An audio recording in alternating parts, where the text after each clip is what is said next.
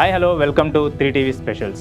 ఈరోజు టాపిక్ చాలా ఇంట్రెస్టింగ్గా ఉండబోతుంది. ఈరోజు టాపిక్ని ప్రతి ఒక్కళ్ళు తమ లైఫ్లో ఎప్పుడో ఒకసారి ఫేస్ చేసే ఉంటారని నేను అనుకుంటున్నాను. ఆ టాపిక్ విషయానికి వెళ్తే జనరల్గా మనం ఫ్రెండ్స్ వాళ్ళ ఇంటికి వెళ్ళినా లేదా ఒక ఊరికి వెళ్ళినా అక్కడ పెద్దవాళ్ళు అడిగే కామన్ క్వశ్చన్ ఏంటి, బాబు మీరేంటోళ్ళు అని కదా, అంటే మీ క్యాస్ట్ ఏంటని. కానీ మనం ఇప్పుడు చెప్పుకునే వాళ్ళ దగ్గర ఈ క్వశ్చన్కి ఆన్సర్ లేదు. అవును, వినడానికి షాకింగ్గా ఉన్నా మన తెలంగాణలో దాదాపు 12 లక్షల మంది మాకు అసలు కులమే వద్దు బాబోయ్ అని తెగేసి చెప్తున్నారు. అసలు ఏంటి నో క్యాస్ట్ సెన్సేషన్? కులం వద్దు అనుకుంటున్న వాళ్ళంతా రిచ్ కిడ్సేనా, లేక దీని వెనుక ఏదైనా బలమైన సామాజిక మార్పు ఉందా? Let's break it down. Elite detachment class వస్తే కులం బోర్ కొడుతోందా? నివేదిక చూస్తే ఒక విషయం క్లియర్గా అర్థమవుతుంది. కులాన్ని వదులుకోవడం అనేది ఒక ప్రివిలేజ్గా మారిపోయింది. ఐటీ జాబ్స్, కార్పొరేట్ లైఫ్, చేతి నిండా డబ్బు ఉన్న వాళ్ళకి కులంతో పెద్దగా పని ఉండదు. ఎందుకంటే వాళ్ళ బ్యాంక్ బ్యాలెన్సే వాళ్ళకి సొసైటీలో రెస్పెక్ట్ ఇస్తుంది. కానీ ఇదే టైంలో అట్టడుగు వర్గాల పరిస్థితి వేరేలా ఉంది.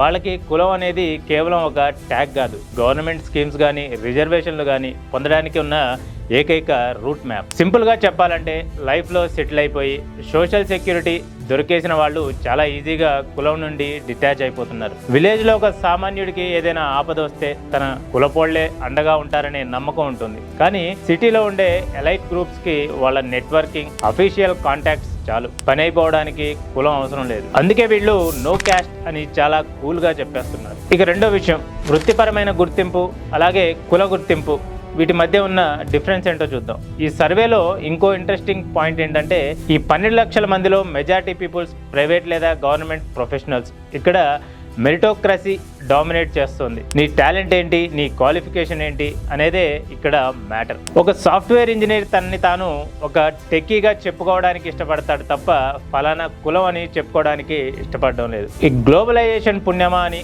కార్పొరేట్ ఆఫీసుల్లో కుల ప్రస్తావన దాదాపు మాయమైపోతుంది. నగరాల్లో ఉండే గేటెడ్ కమ్యూనిటీలు, క్లబ్ మెంబర్షిప్లు ఇప్పుడు కొత్త కులాలుగా మారుతున్నాయి. పాతకాలపు కులం కంటే ఈ క్లాస్ గుర్తింపు వాళ్ళకి ఎక్కువ బెనిఫిట్స్ ఇస్తున్నాయి. అందుకే వాళ్ళు పాత గుర్తింపును పక్కన పెట్టేస్తున్నారు. ఇక మూడో విషయం, అర్బన్లో అలాగే రూరల్లో గ్యాప్ ఎలా ఉందనేది. ఈ 12 లక్షల మందిలో 73% మంది కేవలం హైదరాబాద్లోనే ఉన్నారు. నిజామాబాద్, నిర్మల్, హన్మకొండ లాంటి జిల్లాల్లో ఈ సంఖ్య చాలా తక్కువగా ఉంటుంది. ఎందుకంటే సిటీలో మీ పక్కింటి వాళ్ళు ఎవరో, వాళ్ళ కులం ఏంటో ఎవరికీ అవసరం లేదు.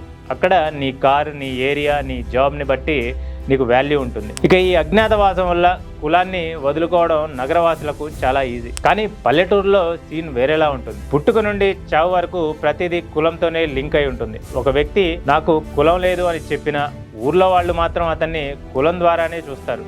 అక్కడ వ్యవసాయం, శ్రమ, విభజన అంతా కులం చుట్టూనే తిరుగుతూ ఉంటుంది. కాబట్టి గ్రామీణ ప్రజలు కుల గుర్తింపును వదులుకోవడానికి అంత సాహసం చేయరు. ఇక నాలుగో పాయింట్, సిస్టమిక్ కాంట్రడిక్షన్.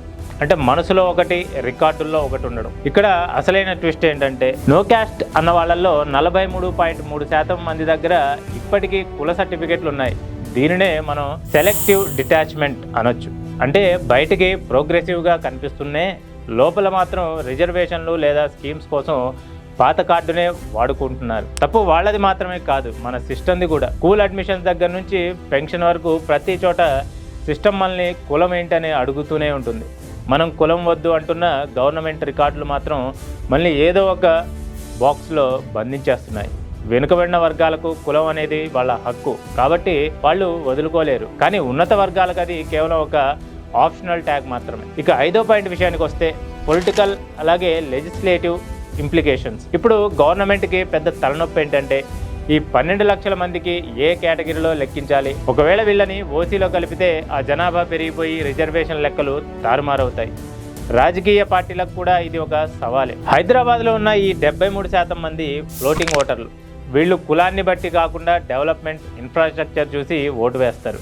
అందుకే పొలిటికల్ పార్టీలు కూడా ఇప్పుడు కులం నుండి క్లాస్ వైపు తమ రూట్ మార్చుకోవాల్సిన టైం వచ్చింది. ఇక మున్ముందు సంక్షేమ పథకాలకు కులం కాకుండా కేవలం ఎకనామిక్ క్రైటీరియా మాత్రమే ప్రామాణికంగా తీసుకోవాలనే డిమాండ్ ఈ సర్వేతో ఇంకా పెరిగే అవకాశం ఉంది. ఇక ఆరో పాయింట్ విషయానికి వస్తే, న్యూ ఏజ్ ఐడెంటిటీ. అంటే కొత్త రకం థాట్ ప్రాసెస్.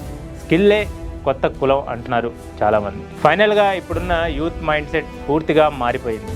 ఇప్పుడు క్యాస్ట్ అలాగే నో క్యాస్ట్ మ్యారేజెస్ పెరగడం వల్ల పుట్టిన పిల్లలకి ఏ కులం ఇవ్వాలి అనే ప్రశ్న వచ్చినప్పుడు చాలామంది పేరెంట్స్ నో క్యాస్ట్ వైపు మొగ్గు చూపుతున్నారు. ఈ డిజిటల్ రెవల్యూషన్ వల్ల ఇప్పుడు ఎవరైనా నీ స్కిల్ ఏంటి, నీ ప్రొఫైల్ ఏంటి అని అడుగుతున్నారు తప్ప మీది ఏ ఊరు, ఏ కులం అని అడిగే రోజులు పోతున్నాయి. సోషల్ మీడియాలో కూడా సర్నేమ్ తీసేయడం, తమను తాము హ్యూమనిస్ట్గా చెప్పుకోవడం ఒక ట్రెండ్గా మారింది.